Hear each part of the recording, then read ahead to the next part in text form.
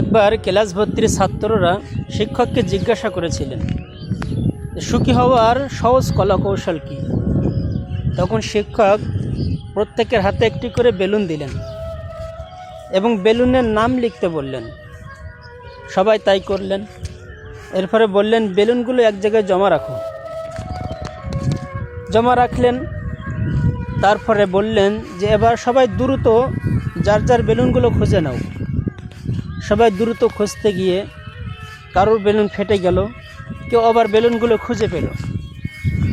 এরপরে আবার একটা করে বেলুন দিলেন, দিয়ে অনুরূপভাবে নাম লিখে এক জায়গায় জমা রাখতে বললেন। সবাই তাই করলেন। এরপরে বললেন যে তোমরা এবার বেলুন যারটা হাতে পাবে তার কাছে পৌঁছে দিবে। বেলুনে যার নাম লেখা থাকবে তার কাছে পৌঁছে দেবে। দেখা গেল আগের তুলনায় অতি সহজে অল্প সময়ের মধ্যে যার যার বেলুন তার কাছেই ফিরে গেল, কোনো ক্ষতি ছাড়াই। এরপরে শিক্ষক বললেন দুনিয়াতে সুখ শান্তি ছড়িয়ে আছে।